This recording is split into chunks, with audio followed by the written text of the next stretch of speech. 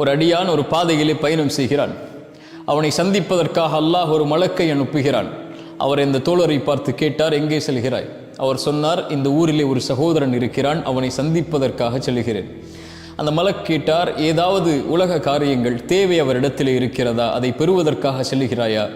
அவர் சொன்னார், இல்லை, அவரை நான் அல்லாஹ்விற்காக நேசிக்கிறேன், அதற்காக அவரை சந்திக்க செல்கிறேன். எந்த பயணத்துடைய நோக்கம் எதுவும் இல்லை, அல்லாஹுடைய நேசம்தான். அந்த மலக்கின் வாயிலாக அல்லாஹ் இந்த ஒட்டுமொத்த சமூகத்திற்கும் ஒரு செய்தியை அந்த தோழரின் மூலமாக அல்லாஹ் கூற வைத்தான். அந்த மலக் அந்த தோழரிடத்திலே சொன்னார், அல்லாவிற்காக அவரை சந்திக்க செல்கிறாயா? எப்படி நீ அல்லாவிற்காக அவரை நேசிக்கிறாயோ அல்லாஹும் உன்னை நேசிக்கிறான்.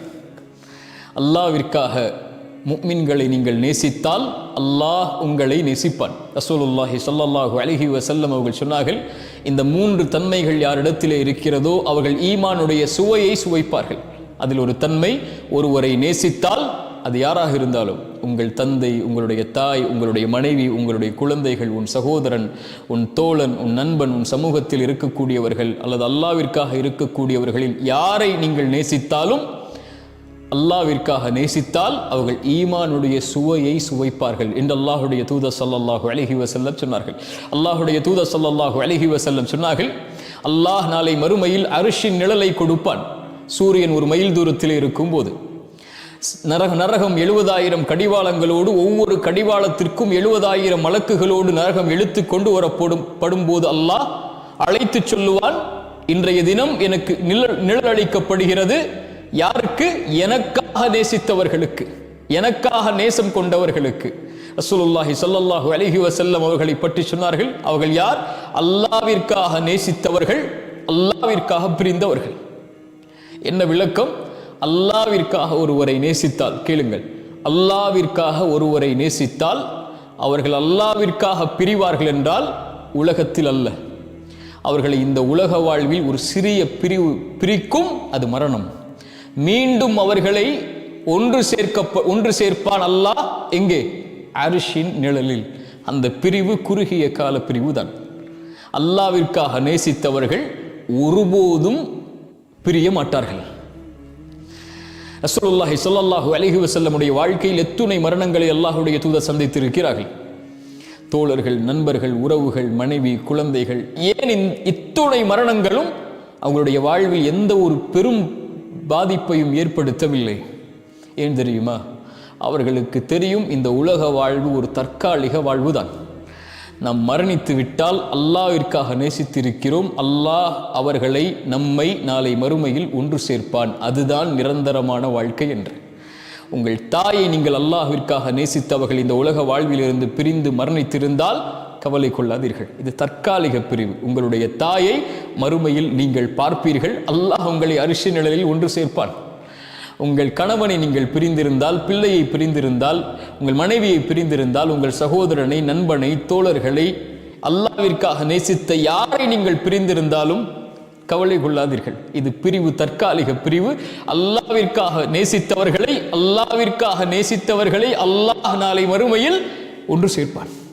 அல்லாஹுடைய தூதர் அதனால் தான் சொன்னார்கள், ஒருவரை நீங்கள் நேசித்தால் அறிவித்து விடுங்கள் அவருக்கு, நான் உன்னை அல்லாஹ்விற்காக நேசிக்கிறேன். இன்னி உஹிப்புக ஃபில்லாஹ்.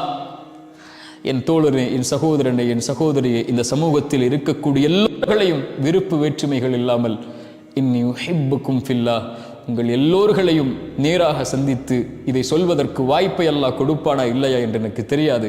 ஆனால் உங்கள் எல்லோர்களையும் விருப்பு வேற்றுமைகள் இல்லாமல் அல்லாவிற்காக நான் நேசிக்கிறேன். இது என்னுடைய செய்தி. உங்களுடைய செய்தியும் நீங்கள் நேசிக்கக்கூடிய உறவுகளுக்கு அறிவித்து விடுங்கள். அது உங்கள் தாயாக இருக்கலாம், என் தாயே அல்லாவிற்காக உன்னை நேசிக்கிறேன். உங்கள் மனைவியாக இருக்கலாம், கணவனாக இருக்கலாம், பிள்ளைகளாக இருக்கலாம், நண்பர்களாக இருக்கலாம், யாராக இருந்தாலும் அல்லாஹுடைய தூதருடைய அறிவிப்பு அது. அறிவித்து விடு, அல்லாவிற்காக உன்னை நேசிக்கிறேன் என்று.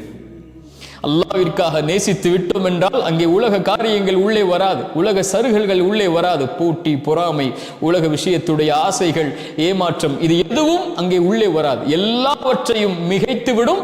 நான் அல்லாவிற்காக நேசிக்கிறேன், இதுவெல்லாம் ஒன்றுமில்லை, விடு என்று. முஆதை அழைத்து அல்லாஹுடைய தூதர் சொன்னார்கள், கையை பிடித்து சொன்னார்கள், யா முஆத், முஆதே இன்னி உஹிப்புக், நபி அவர்கள் சொன்னார்கள், முஆதே, நான் உன்னை அல்லாஹ்விற்காக நேசிக்கிறேன். அபூபக்கர் சித்தீக், அல்லாஹ்வுடைய தூதர், இந்த இருவரின் நேசத்தை எப்படி சொல்வது? இருவரும் அல்லாஹ்விற்காக தன் நேசத்தை பகிர்ந்து கொண்டதை எப்படி சொல்வது? உமர் அவர்களும் அபூபக்கர் அவர்களும் ஒரு முறை தங்களுக்குள் ஒரு சிறிய பகைமை ஏற்படும் போது அல்லாஹ்வுடைய தூதரிடத்தில் அபூபக்கர் ஓடி வருகிறார்கள். அல்லாஹ்வுடைய தூதர் அபூபக்கர் தன் நண்பருடைய கவலையை பார்க்கும் போது சொன்னார்கள், என் தோழரை கைவிடுகிறீர்களா, என் தோழரை கைவிடுகிறீர்களா? யார் அவர்?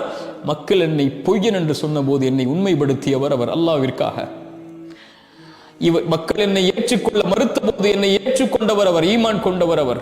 செல்வத்தாலும் உடலாலும் எல்லாரும் என்னை விளக்கிய போது உயிராலும் செல்வத்தாலும் என்னை அரவணைத்துக் கொண்டவர். அல்லாஹ்விடத்திலே ஒரு உச்ச தோழனாக நான் எடுக்க வேண்டும் என்றால் அபூபக்கரை தான் எடுத்திருப்பேன். அல்லாஹ்வை தேர்ந்தெடுத்துக் கொண்டேன். அபூபக்கர் என் தோழர், நண்பர் என்று உலகத்திற்கு அறிவித்தார்கள். அந்த அபூபக்கர் எப்போது அல்லாஹ்வுடைய தூதர் கைவிட்டார்கள்? அபூபக்கர் சித்தீக் ரலியல்லாஹு அன்ஹு மரண தருவாயை அடைகிறார்கள். கேட்டார்கள், இன்றைய நாள் எந்த நாள்? தோழர்கள் சொன்னார்கள், திங்கட்கிழமை. இது அல்லாஹ்வுடைய தூதருக்கு, என் நண்பருக்கு விருப்பமான நாள். இந்த நாளில் தான் அவர்கள் மரணித்திருக்கிறார்கள். நான் மரணித்து விட்டால் இந்த நாளை கடக்க செய்து விடாதீர்கள். நான் இந்த நாளிலேயே மரணித்து அடக்கம் செய்யப்பட வேண்டும் என்று ஆசைப்படுகிறேன். இந்த அபூபக்கர் எங்கே? எங்கே? முஹம்மது ரசூலுல்லாஹ் ஸல்லல்லாஹு அலைஹி வஸல்லம் அவர்களுக்கு அருகில் கபரில். உமர் எங்கே? அபூபக்கர் சித்தீக் ரலியல்லாஹு அன்ஹு அவர்களுடைய கபருக்கு அடுத்து. ஏன்? இவர்கள் அல்லாஹ்விற்காக நேசித்தார்கள். இவர்கள் மரணமடைந்த வயது, இவர்கள் மரணமடைந்த நாளை வரலாற்றில் படித்து பாருங்கள், ஆச்சரியப்பட்டு விடுவீர்கள். அல்லாஹ்விற்காக நேசித்தவர்களை அல்லாஹ்விற்காக அல்லாஹ் நாளை மறுமையில் ஒன்று சேர்ப்பான். இது பெரிய அதிசயம். இதை நாளை மறுமையில் நாம் பார்ப்போம். கவலை கொள்ளாதீர்கள். உலகத்தில் ஏற்படக்கூடிய பிரிவுகள், மரணத்தை நினைத்து அல்லாஹ்விற்காக நேசித்தால் அல்லாஹ் அவர்களை மறுமையில் ஒன்று சேர்ப்பான். அதைவிட அல்லாஹ் அவர்களை நேசிப்பான். அல்லாஹ்விற்காக ஒருவரை நேசியுங்கள், அல்லாஹ் உங்களை நேசிப்பான். அஸ்ஸலாமு அலைக்கும் வரஹ்மத்துல்லாஹி வபரகாத்துஹு.